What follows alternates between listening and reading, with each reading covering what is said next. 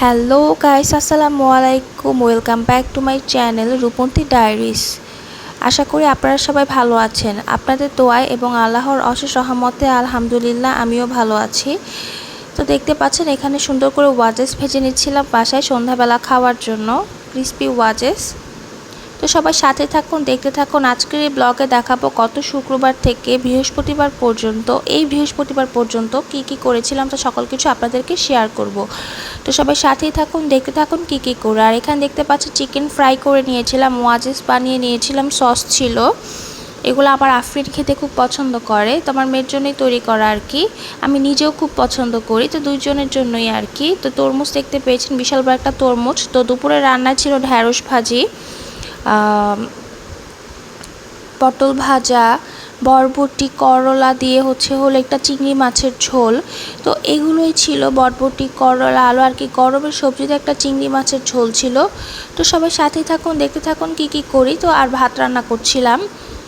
তো সব কিছু মিলিয়ে ভালোই কেটেছে। তারপরে আরেক দিনও ফ্রেঞ্চ ফ্রাই করেছিলাম। আমরা প্রচুর ফ্রেঞ্চ ফ্রাই খাই, আমাদের ফ্রেঞ্চ ফ্রাই খুবই পছন্দ। আমি স্ন্যাক্স আইটেম বলতে ফ্রেঞ্চ ফ্রাইকেই বেছে নেই। তো এটা হলো সোম মঙ্গলবারে ফ্রেঞ্চ ফ্রাই খেয়েছিলাম। দেখতে পাচ্ছেন ওই দিন ওয়াজেস বানিয়েছিলাম আর আজকে ফ্রেঞ্চ ফ্রাই বানাচ্ছি। তো সবাই ভালো থাকুন। আর গত শুক্রবারে রান্না করেছিলাম মুরগির মাংস আর পোলাও। এই যে আমরা এখন সবাই দুপুরে লাঞ্চ করব। তো এখানে দেখতে পাচ্ছেন তিনজনের জন্য সুন্দর করে বেড়ে নিয়েছি।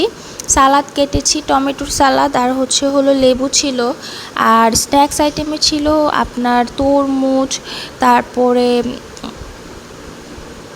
বিস্কিট, চানাচুর, আর সুন্দর করে হলো চাপটি বানিয়েছিলাম। দেখতে পাচ্ছেন চালের আটার চাপটি। তো এটা দিয়ে মাংস খেতে খুবই মজা। তো পরের দিন সকালবেলা স্কুল থেকে মেয়েকে নিয়ে আসার সময় বাজার করে নিয়ে এসেছিলাম। বেগুন কিনে নিয়ে আসছিলাম, 1 কেজি কাঁচা আম কিনে নিয়ে আসছিলাম, পেয়ারা কিনে নিয়ে আসছিলাম। কারণ মাঝখানে আমি খুব সিক হয়ে যাই, একদিন সকালে খুবই বমি হয়েছিল আমার। তো ভাবলাম যে কাঁচা আমের সিজন, যেহেতু কাঁচা আমের ভর্তা করে খাই।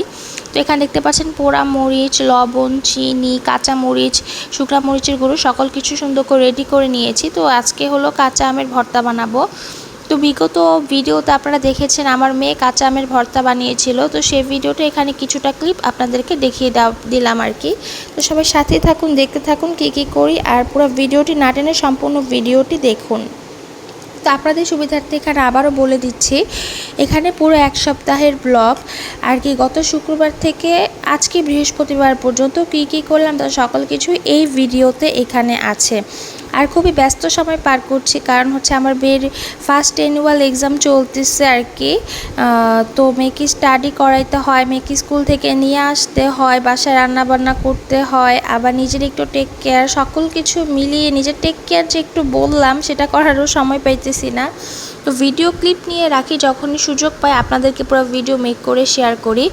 তো এই জন্য আমি চরমভাবে দুঃখিত। আর আপনারা যদি চান আমি ডেইলি ব্লগ শেয়ার করি, তাহলে অবশ্যই আপনারা কমেন্ট বক্সে কমেন্ট করে জানাবেন যে আপু ডেইলি ব্লগ লাগবে। তাহলে অবশ্যই আমি হাজার ব্যস্ততার মধ্যেও শুধুমাত্র আপনাদের জন্য বড় ব্লগ শেয়ার করব, সেটা হলো ডেইলি ব্লগ।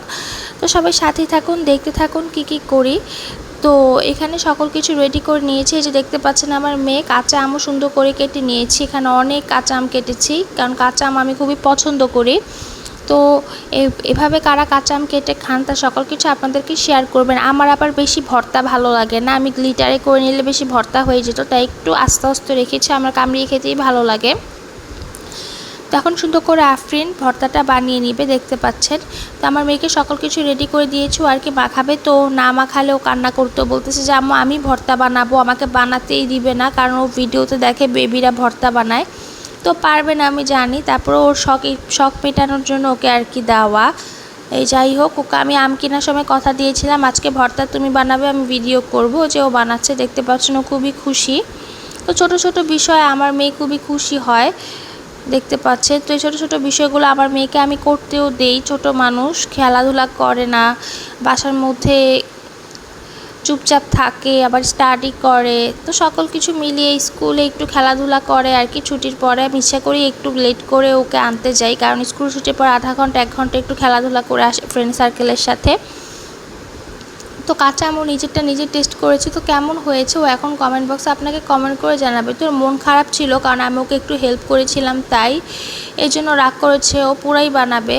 তো যাই হোক, আম ডাল রান্না করেছিলাম পরের দিন। আর এটা হলো বুধবারের ব্লগ। দেখতে পাচ্ছেন কচুরমুখী দিয়ে রুই মাছ রান্না করেছিলাম, বিলিভ অনেক মজা হয়েছিল।